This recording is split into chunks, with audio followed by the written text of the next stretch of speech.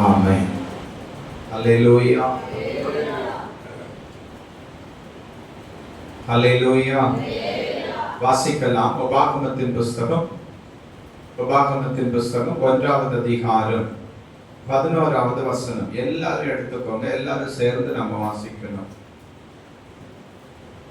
எல்லாரும் வேத புத்தகத்தை எடுங்க.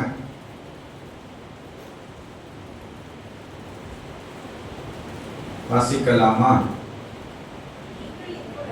நீங்கள் இப்பொழுது இருக்கிறதை பார்க்கிலும் 1000 மடங்கு அதிகமாகும்படி உங்கள் பிதாக்களின் தேவனாகிய கர்த்தர் உங்களுக்கு சொல்லியபடியே உங்களை ஆசீர்வதிப்பாராக. அல்லேலூயா. தேவனுடைய விலையேற பெற்ற நாமம் மகிமைப்படட்டும்.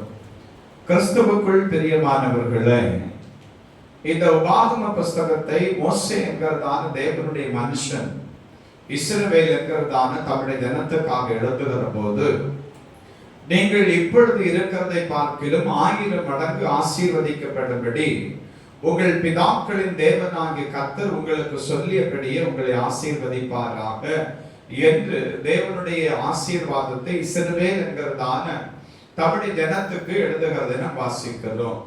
ஆண்டுடைய சமூகத்தில இருந்து இந்த வசனத்தை சிந்திக்கிற நாம, நீங்கள் அப்படின்னு சொல்லி எழுதியிருக்கிறதான இடத்துல நாம் நம்முடைய பெயர்களை எழுதி வைத்து இந்த வாக்கு தத்தத்தை சொந்தமாக்கி கொள்ளும்படி நான் உங்களுக்கு ஒரு அழைப்பை தருகிறேன். அல்லேலூயா. அல்லேலூயா. நம்முடைய பெயர்களை எழுதி வைத்து இந்த வேத வசனத்தை வாசித்து நாம் தேவ சமூகத்திலே ஜெபித்து ஆண்டவருடைய ஆசீர்வாதத்தை நாம் பெற்றுக்கொள்ள வேண்டும். அல்லேலூயா. அல்லேலூயா. எல்லாரையும் தேவன் ஆசீர்வதிக்கிறாரா, எல்லாருடைய வாழ்க்கையிலும் நன்மையை கட்டளையிடுகிறாரா அப்படின்னு சொல்லி கேட்டா, அவன் கர்த்தருடைய சமூகத்திலே வந்து அவரை உத்தமமாக பின்பற்றுகிற, அவரை தேடுகிற எல்லாரையும் ஆண்டவர் என்ன செய்வார்னா நிச்சயமாகவே ஆசீர்வதிப்பார். இந்த ஆசீர்வதிக்கிற தெய்வம் இந்த 6வது மாதத்தினுடைய இறுதி பரிசுத்த ஓய்வு நாளிலே தேவ சமூகத்திலே வந்து நிற்கிற நம்மை பார்த்து தான் சொல்லுகிறான், நாம் இப்பொழுது இருக்கிறதை பார்க்கிலும் 1000 மடங்கு ஆசீர்வதிக்கப்படும்படி நம்முடைய பிதாக்களின் தேவனாகிய கர்த்தர் நமக்கு சொல்லியபடியே நம்மை ஆசீர்வதிப்பார். அல்லேலூயா. பக்கத்துல இருக்கிறவங்களை பார்த்து சொல்லுங்க. பக்கத்துல இருக்கிறவங்களை பார்த்து சொல்லுங்க. அல்லேலூயா. நான் இப்பொழுது இருக்கிறது போல அல்ல, 1000 மடங்கு ஆசீர்வதிப்பேன் என்று கர்த்தர் என்னை குறித்து சொல்லி இருக்கிறார். அல்லேலூயா. ஆண்டவருக்கு மகிமை உண்டாகட்டும். சரி, தேவனுடைய சன்னிதானத்திலே இருந்து இந்த ஆசீர்வாதத்தை பெற்றுக் கொள்கிறதற்கு ஆபிரகாம் என்கிறதான பிதாவை நான் இன்றைக்கு உங்களுக்கு மத்தியிலே கொண்டு வருகிறேன். இது நம்முடைய பிதாவாகிய ஆபிரகாம் ஆண்டவருடைய ஆசீர்வாதத்தை பெற்றுக் கொள்கிறதற்கு செய்ததான 3 காரியங்களை வேதத்திலிருந்து குறுகிய நிமிடத்தில் நான் உங்களுக்கு சொல்லி உங்களுக்காக ஜெபிக்கப்படுகிறேன். வாசிக்கலாமா? ஆதியாகமத்தின் புஸ்தகம் 12வது அதிகாரம். ஆதியாகமத்தின் புஸ்தகம் 12வது அதிகாரம் 1லிருந்து 4 வசனங்கள் வரையிலும் நாம் குறிப்பு வைத்து வாசிக்க கேட்போம். கர்த்தர் ஆபிரகாமை நோக்கி, நீ உன் தேசத்தையும் உன் இனத்தையும்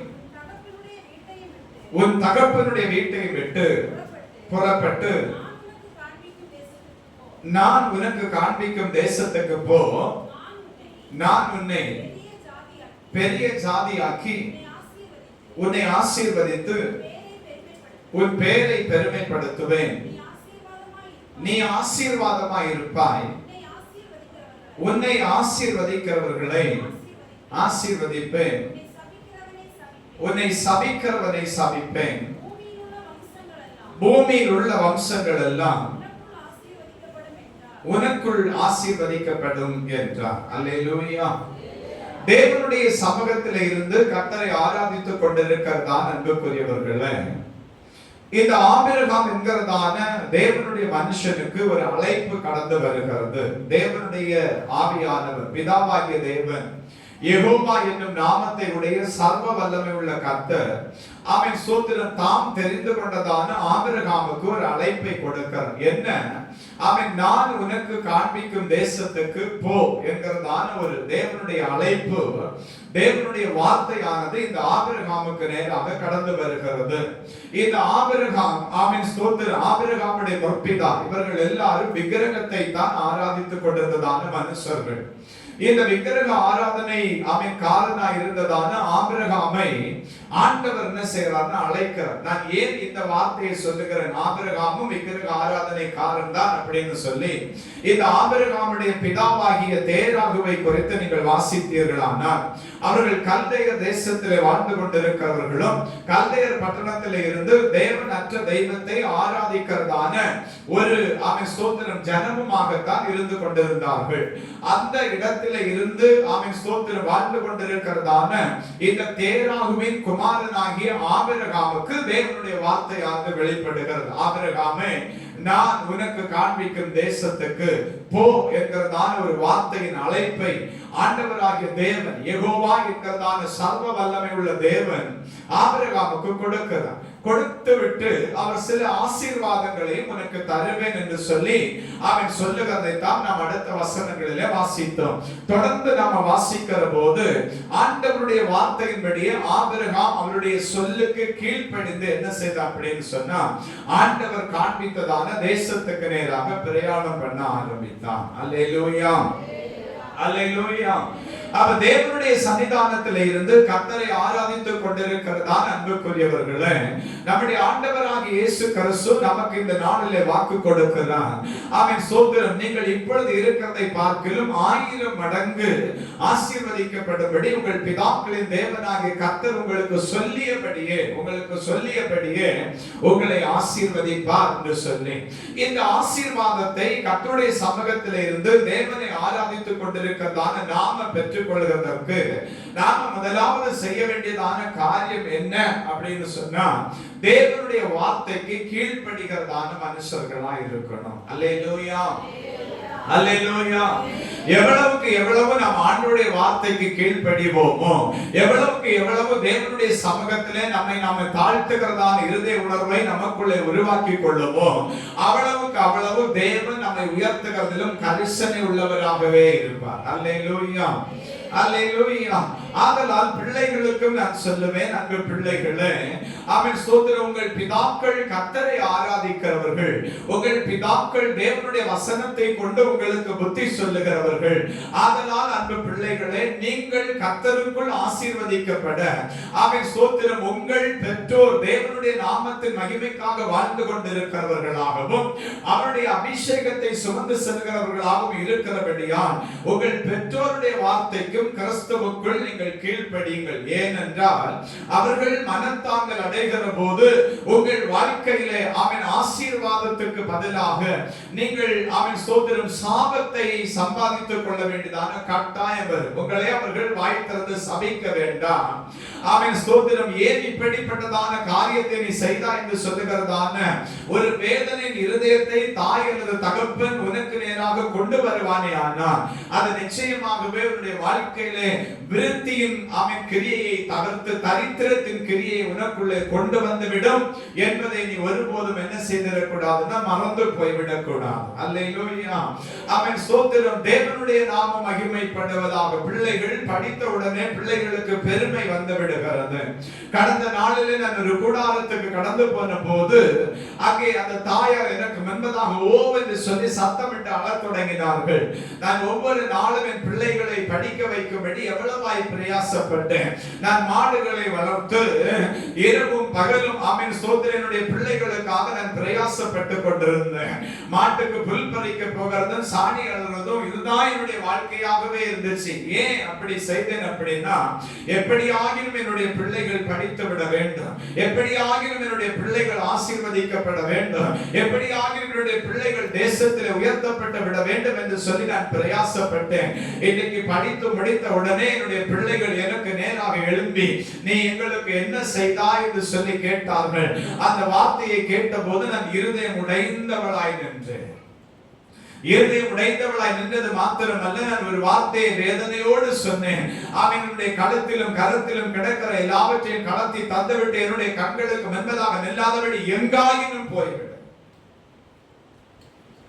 சாபம் ஒண்ணு என்ன செய்ய வேண்டாம், இதுதான் சாபம். எங்காயினும் போயிடுன்னு சொல்லிச்சு இல்லையா? அப்ப எவ்வளவு வேதனையோடு கூட அந்த தாயானவள் அந்த வார்த்தையை அந்த பிள்ளைக்கு நேராக உச்சரிக்கிறாள் என்பதை அவன் சோதர பிள்ளைகள் சிந்திக்க வேண்டும். பிள்ளைகள் நினைக்கிறாங்க, அவன் நாங்க தோளுக்கு மேல வளர்ந்துட்டோம், அவன் சோதர இனி எங்களை யாரும் என்ன செய்யக்கூடாதுன்னா கடிந்து கொள்ள கூடாது அப்படின்னு சொல்லி. நீ தோளுக்கு மேல வளர்ந்தாலும் சரி, அவன் உனக்கு ஒருவேளை 100 வயது ஆகி நாங்கள் ஒருவேளை அந்த வயதிலே இருந்தாலும் நீ எங்களுக்கு பிள்ளைதான். அன்றைக்கும் நீ எங்களுடைய வார்த்தையை கர்த்தருக்குள்ள கேட்டுத்தான் ஆகணும், அனுசரித்துத்தான் ஆகணும். எதிர்த்து நிற்பாயான 100 வயசு ஆயிடுச்சுன்னு ஆண்டவர் பார்க்க மாட்டாரு. அவன் சோதரனை வளர்த்ததான தாயும் தகப்பனும் அதை பார்க்க மாட்டார்கள். அவர்கள் இருதயத்தில் வேதனைப்படுவார்கள். அதனுடைய வாழ்க்கையில சஞ்சலத்தை கட்டாயம் கொண்டு வரும். நீ நினைக்கலாம், ஒருவேளை என்னுடைய தாயினுடைய ஊழியக்காரனுக்கு தெரியப்படுத்தி இருப்பாளோ என்று சொல்லி. எனக்கு சொல்லித் தர வேண்டிய அவசியம் இல்லை அன்புக்கும். இன்றைக்கு பகல் காலமும் என்னை ஆட்கொண்ட தெய்வம் என்னோடு கூட இருக்கிறார் என்பதை நான் விசுவாசித்து உன்னோடு கூட பேசிக் கொண்டிருக்கிறேன். நீ ஸ்தோத்திரம் தேவனுடைய வார்த்தைக்கு கீழ்ப்படி. ஆபிரகாம் ஆண்டவருடைய வார்த்தைக்கு கீழ்ப்படிந்தான். ஆபிரகாம் ஆண்டவருடைய வார்த்தைக்கு கீழ்ப்படிந்து அவன் முன்பின் காணாத ஒரு தேசத்துக்கு நேராக பிரயாணம் செய்தான். அவனுடைய பிரயாணத்தில் பரலோகம் அவனுக்கு துணையாக இருந்தது. அவனுடைய பிரயாணத்தில் 1000-10,000 தூதர்கள் அவனை முன்னும் பின்னுமா இருந்து காத்துக் கொண்டிருந்தார்கள். அந்த தூதர்கள் அவன் காத்தது மாத்திரமல்ல, ஆபிரகாம் போன வழிகளில் எல்லாம் ஆண்டவருடைய நாமத்தின் மகிமைக்காக ஆசீர்வாதத்தை சுமந்து கொண்டே போனார். அல்லேலூயா, அல்லேலூயா. ஆதலால் தேவனுடைய சன்னிதானத்தில் இருந்து கர்த்தரை ஆராதித்துக் கொண்டிருக்கிற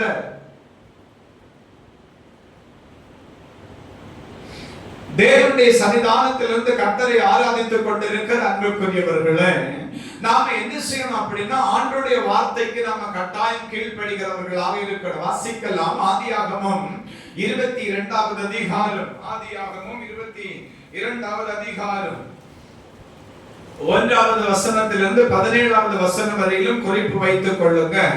ஆமென். ஸ்தோத்திரம். ஒரு சில வசனங்களை நாம் வாசிக்க கேட்போம். இந்த காரியங்கள் நடந்த பின்பு தேவன் ஆபிரகாமை சோதித்தார். எப்படி எனில், ஆபிரகாமே என்றார். அவன் இதோ அடியேன் என்றான். அப்பொழுது அவர் ஏகசுதனும் உன் நேசகுமாரனுமாகிய ஈசாக்கை நீ இப்பொழுது அழைத்துக் கொண்டு மோரியா தேசத்துக்கு போய் ஒன்றின் மேல் அவனை தகன பலியாக பலியிடு என்றார். 17-18 வசனங்களை வாசிங்க. நான் உன்னை ஆசீர்வதிக்கவே ஆசீர்வதித்து உன் சந்ததியை வானத்து நட்சத்திரங்களைப் போலவும் பெருகவே பெருக பண்ணுவேன் என்றார். உன் சந்ததியார் சத்துருக்களின் வாசல்களை சுதந்தரித்துக் கொள்வார்கள். பாருங்க, நீ என் சொல்லுக்கு கீழ்ப்படிந்தபடியா. அல்லேலூயா. போதுமா? ஆண்டவருக்கு மகிமை உண்டாகட்டும். இப்ப ஆபிரகாமுக்கு என்ன செய்தாச்சுன்னா ஈசாக்கு பிறந்தாச்சு.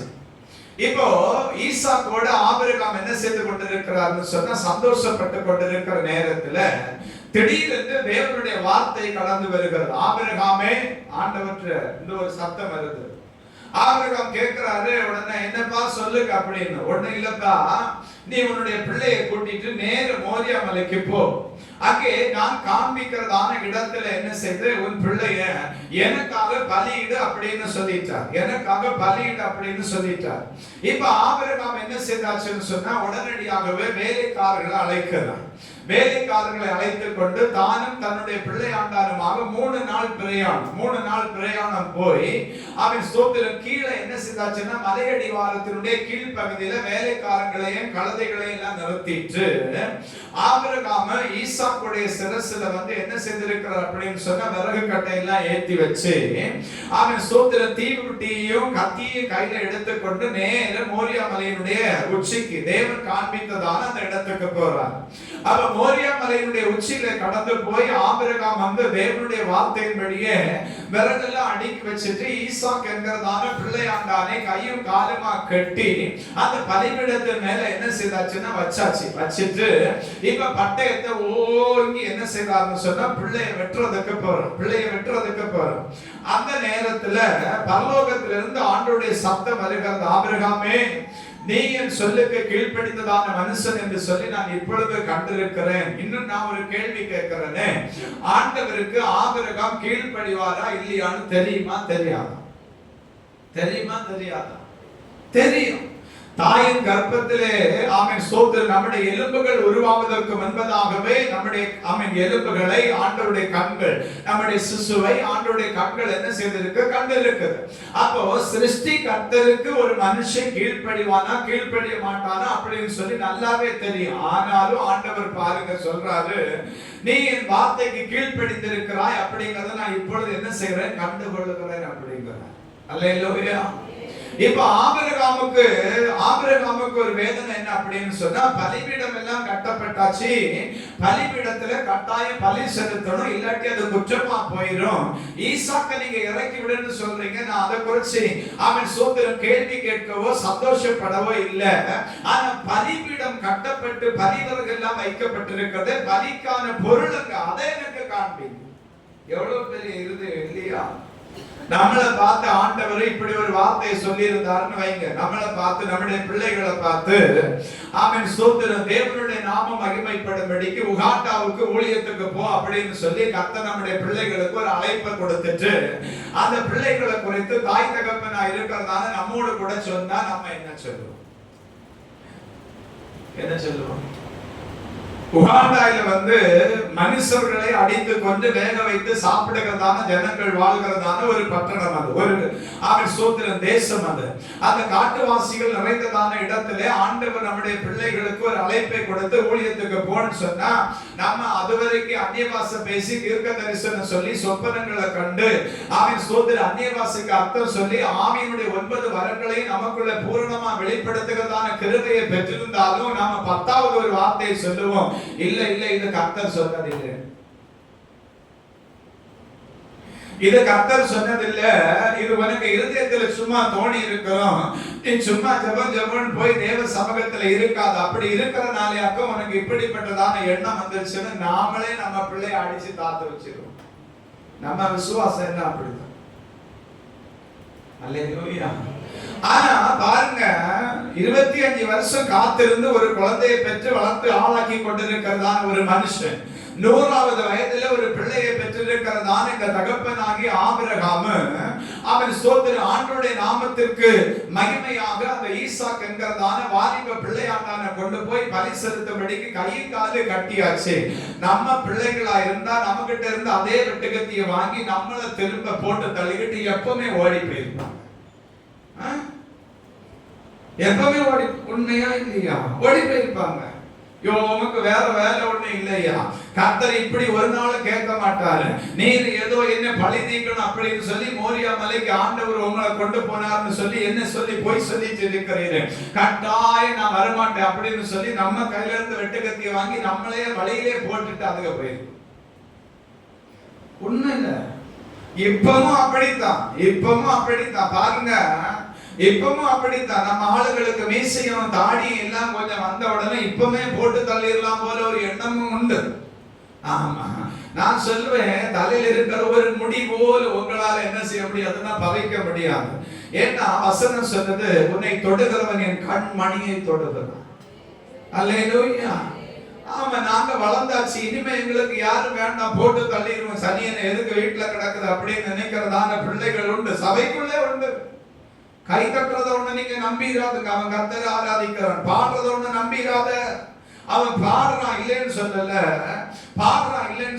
ஆனா என்ன செய்யலன்னா குணப்படல. அதுக்கு ஆண்டவருடைய நாமத்தின் மகிமைக்காக ஒரு உதாரணத்தை தேவனுடைய இருதயத்திலே போடுகிறார். நான் சீக்கிரமா சொல்றேன் பாருங்க. கேரள பட்டணத்துல ஒரு தத்தைய ஒரு பிராண்டி ஷாப், அந்த கள்ள சாப்பில வளர்த்துட்டு இருந்தாங்க.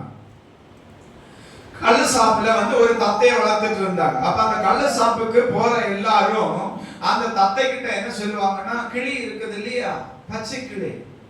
ஆமா, இந்த கள்ள சாப்புக்கு போற எல்லாரும் என்ன செய்தாங்க அப்படின்னு சொன்னா, இந்த கிளி கிட்ட போய் கள்ளம் குடிச்சிட்டு நல்ல வார்த்தைகளையே பேசிட்டு வந்தாங்க. இந்த கிளி கள்ள சாப்புக்கு போறவங்களை எல்லாரையும் பார்த்து அது என்ன செலுச்சு அப்படின்னு சொன்னா, அவன் சோதர தேவனுடைய நாமம் மகிமைப்படட்டும், அவங்க சொல்லி கொடுத்ததான எல்லா வாசியும் கோடு வேட எல்லாம் மிஸ் ஆகாம தெளிவா சொல்லுச்சு.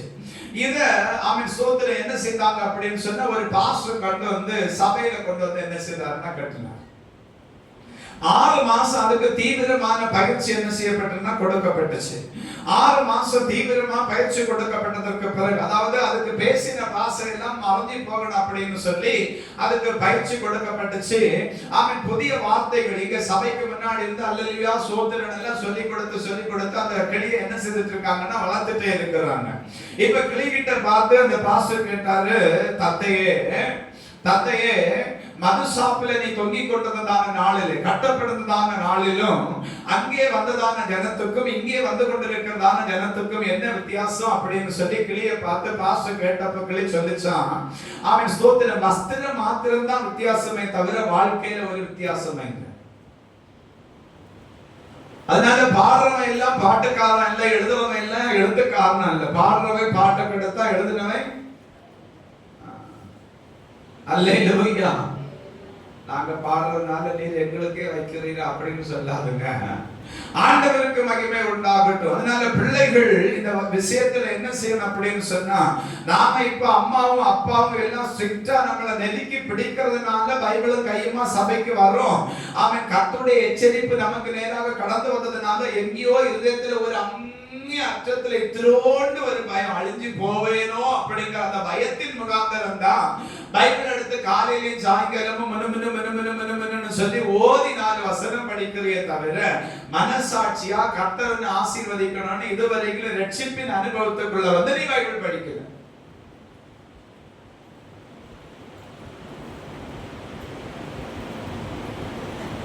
அல்லேலூயா. சரி, இதோட இந்த டாபிக் நிறைய செய்வோம். அல்லேலூயா. பாருங்க, ஆபிரகாம் தேவனுடைய வார்த்தைக்கு கீழ்ப்படிந்தார். நல்லா யோசிக்கணும் இந்த விஷயத்துல. ஒரு வாலிப பிள்ளையை கொண்டு போய் கையும் காலுமா கட்டி பலிபீடத்துல தூக்கி வைக்கும் போது அந்த பிள்ளை என்ன செய்யறதுன்னா வார்த்தை ஒரு வார்த்தையும் பேசுறது. நம்ம வீட்டுல என்ன எப்படின்னா, நாம ஒரு வார்த்தை பேசுறதுக்கு முன்ன அது 9 வார்த்தை பேசும். சொல்லுங்க அல்லேலூயா. தேவனுடைய திருநாமம் மகிமைப்படுவதாக. அதனால பிள்ளைகள் என்ன செய்யுங்க அப்படின்னா, ஆண்டவருக்கு பயந்து நடங்க, ஆண்டவருடைய வார்த்தைக்கு கீழ்ப்படிங்க. உங்களை தண்டிக்கிறது எங்களுடைய நோக்கம் அல்ல.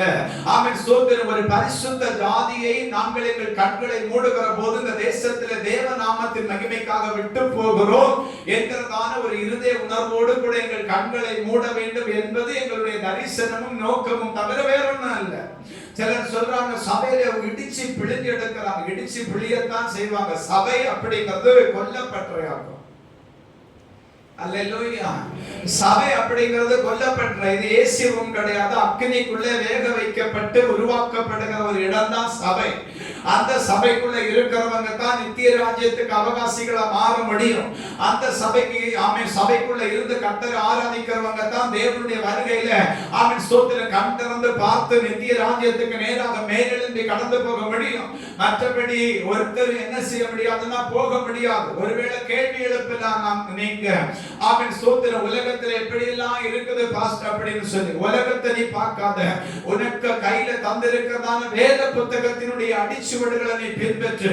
வேத வசனம் உன்னை குறித்து என்ன சொல்லுகிறது, நீ எப்படி நடக்க வேண்டும் என்று சொல்லி கற்றுக் கொடுத்து கொண்டிருக்கிறது என்பதை மட்டும் நீ பாரு.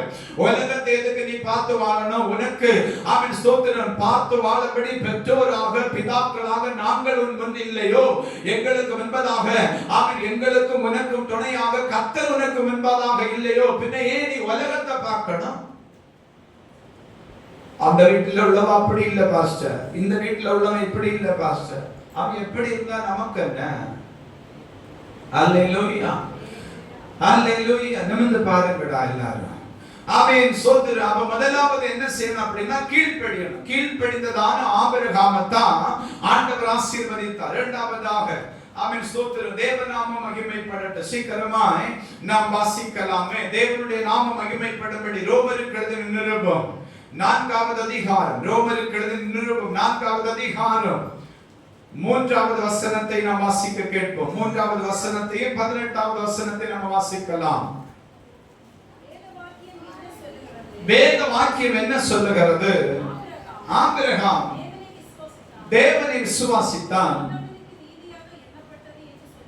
அது அவனுக்கு நீதியாக எண்ணப்பட்டது என்று சொல்லுகிறது. 18வது வசனம் ரோமர் 4:18. உன் சந்ததி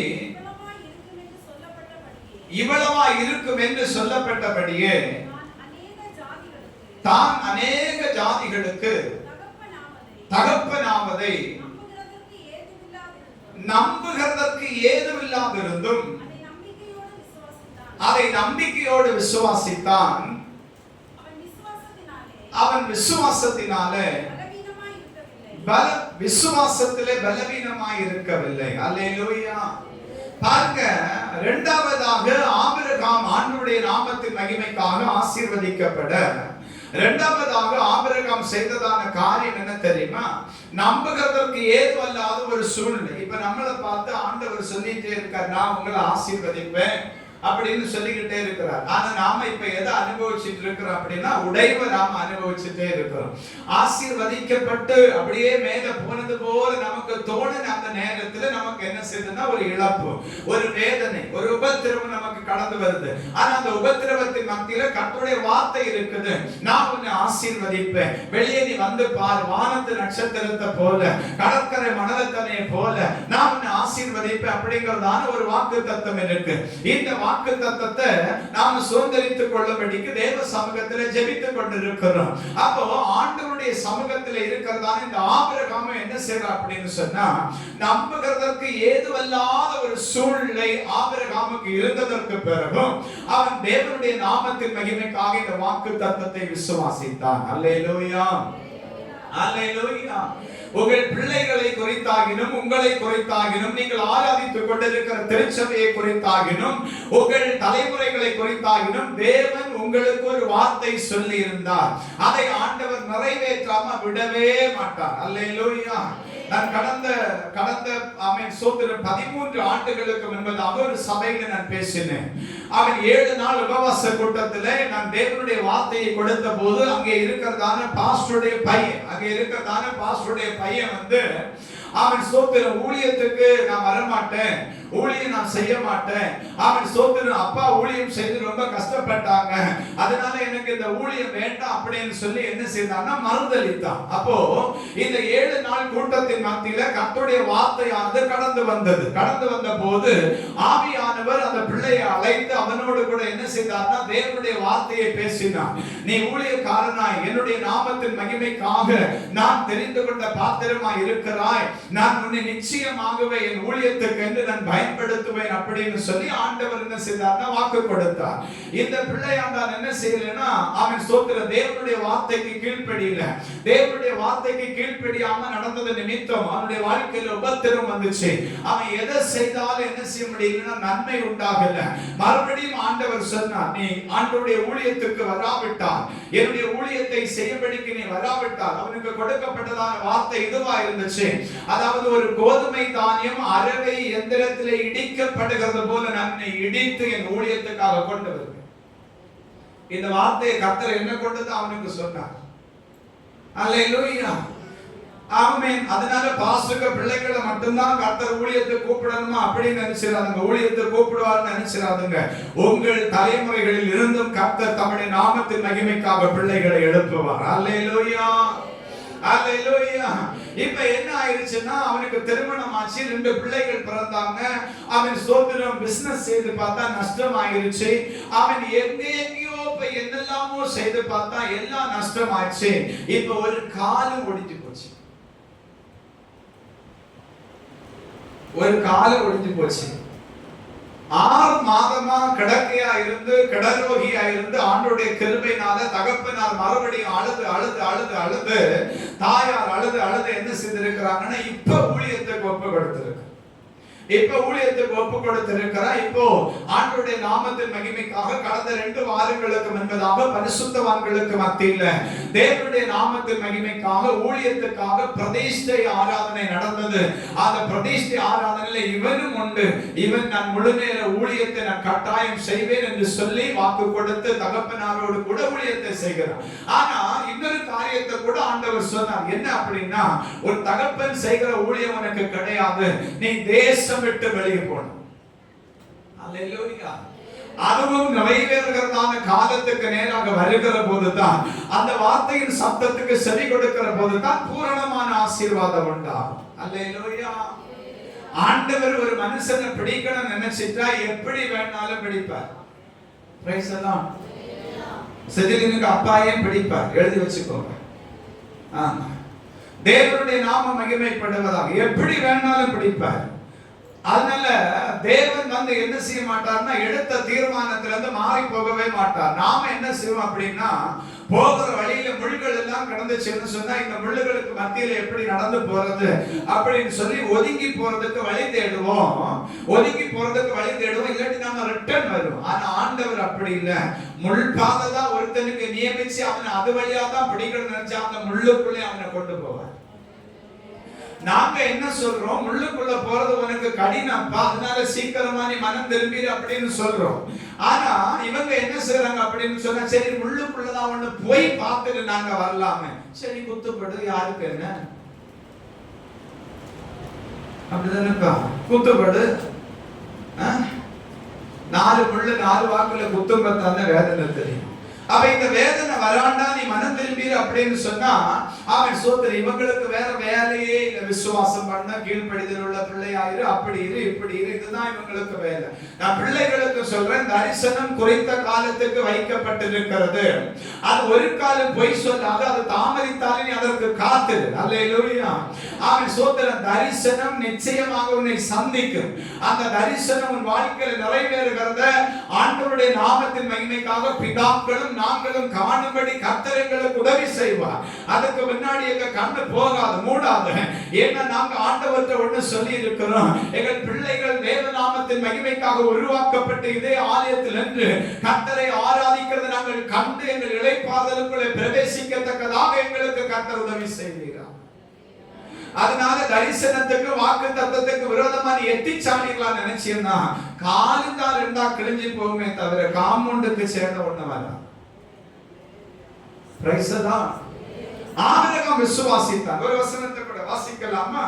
ஆமென். எபிரேய நிருபம் 11வது அதிகாரம் 8 இருந்து 12 வசனம் வரை சீக்கிரமாய் வாசிங்க. எபிரேய நிருபம் 11 8 இருந்து 12 வரையிலும். விசுவாசத்தினாலே ஆபிரகாம் அழைக்கப்பட்ட போது கீழ்ப்படிந்து தான் போகும் இடம் இன்னதென்று அறியாமல் புறப்பட்டு போனான். விசுவாசத்தினாலே வாக்குத்தத்தம் பண்ணப்பட்ட தேசத்திலே பரதேசியை போல சஞ்சரித்து ஈசாக்கோடும்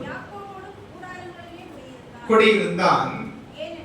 ஏனெனில் தேவன் தாமே கட்டி உண்டாக்கின அஸ்திவாரங்கள் உள்ள நகரத்துக்கு அவன் காத்திருந்தான். விசுவாசத்தினாலே சாராளும் வாக்குத்தத்தம் பண்ணினவர் உண்மை உள்ளவர் என்று எண்ணி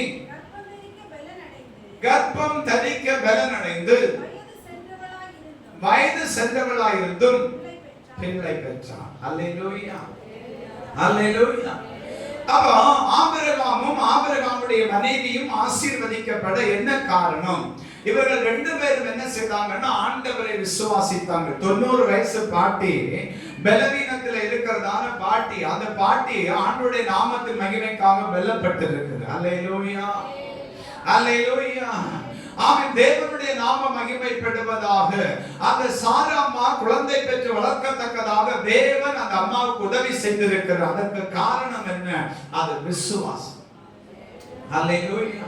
அதனால ஆண்டவருடைய சமூகத்தில் இருந்து கர்த்தரை ஆராதிக்கிற தேவ பிள்ளைகளே, இரண்டாவது, நீங்கள் 1000 மடங்கு கர்த்தரால் ஆசீர்வதிக்கப்பட நீங்க செய்ய வேண்டியதான ஒரு காரியம் என்ன அப்படின்னா, இன்னும் ஆண்டவர் பேர்ல அதிகப்படியான விசுவாசம் வைக்கிறது. Praise the Lord. சிலர் சொல்றாங்க இப்படி, பாஸ்டர் நாங்க எவ்வளவு விசுவாசித்து ஜெபிக்கிறோமோ அவ்வளவுக்கு நாங்க நிந்திக்கப்படுகிறோம், அவ்வளவுக்கு நாங்க தூஷிக்கப்படுகிறோம், அவ்வளவுக்கு நாங்க அந்நியர்களா எண்ணப்படுகிறோம், அவ்வளவுக்கு நாங்க சொந்தக்காரங்களால் ஒதுக்கப்படுகிறோம். அல்லேலூயா கூட்டத்துல சேர்ந்துட்டு அப்படின்னு சொல்லி இங்க நாம் ஆபிரகாமை குறிச்சு வாசித்தோம் இல்லையா? அவன் அந்நியனும் பரதேசி போல தேசத்துல சஞ்சரித்தான். அல்லேலூயா. அந்த கைவேலை இல்லாத அவன் மகிமையான வீட்டுக்காக அவன் காத்திருந்தான். இன்றைக்கும் தேவ சமூகத்திலே வந்திருக்கிற கர்த்தருடைய பிள்ளைகளே, நீங்கள் ஆண்டவருடைய நாமத்தின் மகிமைக்காக ஆசீர்வதிக்கப்பட இரண்டாவது தேவனை விசுவாசிக்க, மூன்றாவது ஒரே வசனத்துல சொல்லி படிக்கிறேன். எபிரேயர் 6:15 வாசித்து நாம் நிறைவு செய்வோம். அந்தபடியே அவன் பொறுமையாய் காத்திருந்து வாக்குத்தத்தம் பண்ணப்பட்டதை பெற்றான். மூன்றாவதாக 6:15, மூன்றாவதாக அந்தபடியே அவன் பொறுமையாய் காத்திருந்து வாக்குத்தத்தம் பண்ணப்பட்டதை பெற்றான். அல்லேலூயா. மூணாவது நமக்கு என்ன வேணும் அப்படின்னா பொறுமை வேணும். பொறுமை வேணும். பொறுமை சமுத்திரத்தை பார்க்கிலும் என்ன செய்யணும் அப்படின்னா அதிகமா இருக்கும், பெருசா இருக்கணும் நமக்கு. புரியபடி சொல்ல போனா பட்டணம் கடலை அளந்து யாருக்காச்சும் கல்லு போட முடியுமா? முள்ளூர்துறையில போய் எங்க கடலாக்குன்னு சொல்லி அளந்து யாராவது எல்லை கல்லு போட முடியுமா? முடியாது இல்லையா? அப்ப நம்முடைய இருதயத்துல என்ன இருக்கணும் அப்படின்னா, இந்த சமுத்திரத்தை பார்க்கிலும் பொறுமையானது அதிகமா இருக்கணும்.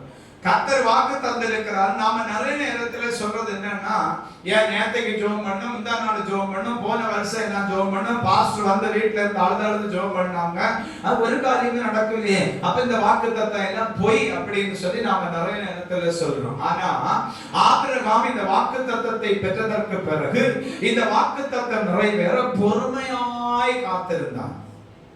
Praise the Lord. 25 வருஷம் காத்திருந்து தான் ஈசாக்கை பெற்றார்.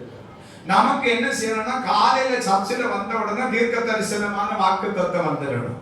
வீட்டுல போய் கதவு திறந்து பார்க்கிறப்போ நமக்கு சொல்லப்பட்ட வாக்கு தத்தத்தின்படி கதவை நாம திறந்து உள்ள போகும்போது உள்ள எல்லாம் இருக்கணும். எப்படி இருக்கும்?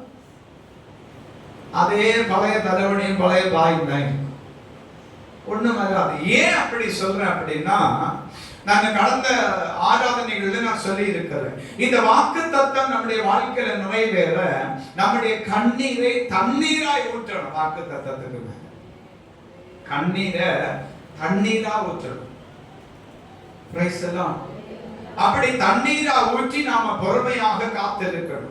இப்போ சிலருக்கு எல்லாம் இந்த மாதிரி ஒரு கேரக்டர் இருக்கு. என்ன அப்படின்னா, கொஞ்ச நாள் ஜெபம் பண்ணுவாங்க, ஜெபம் பண்ணிட்டு அந்த காரியத்தை அப்படியே விட்டுருவாங்க. அப்படி இல்ல, யாக்கோபு போராடினது போல, நீர் என்னை ஆசீர்வதித்தால் ஒழிய நான் உம்மை போக விடேன் என்று சொல்லி ஒரே படியா பிடிச்சிக்கணும். எத்தனை வருஷம் ஆனாலும் சரி ஒரே படியா பிடிச்சிக்கணும். இப்ப நீங்க இன்னொரு கேள்வி கூட சொல்ல, நாங்க எல்லாரும் மனுஷர்கள் தானே, நானும் மனுஷன் தான், உங்க போல பாடுகள் எனக்கும் உண்டு. ஆனாலும் நமக்கு எல்லாருக்கும் ஒரு ஆறுதல் என்ன அப்படின்னா கர்த்தருடைய வசனம். அப்ப இந்த வசனம் நம்மை பார்த்து ஒரு நாள் என்ன செய்யாதுன்னா பொய்யான ஒரு செய்தியை சொல்லாது.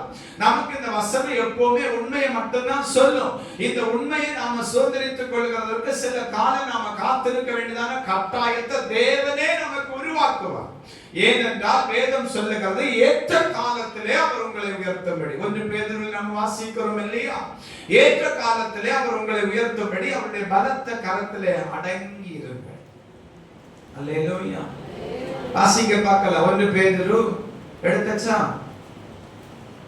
சொல்லாம வாசிக்க பார்க்கலாம். இருப்பிடம் சொல்லுங்க. அதுதானே நான் சொல்லல.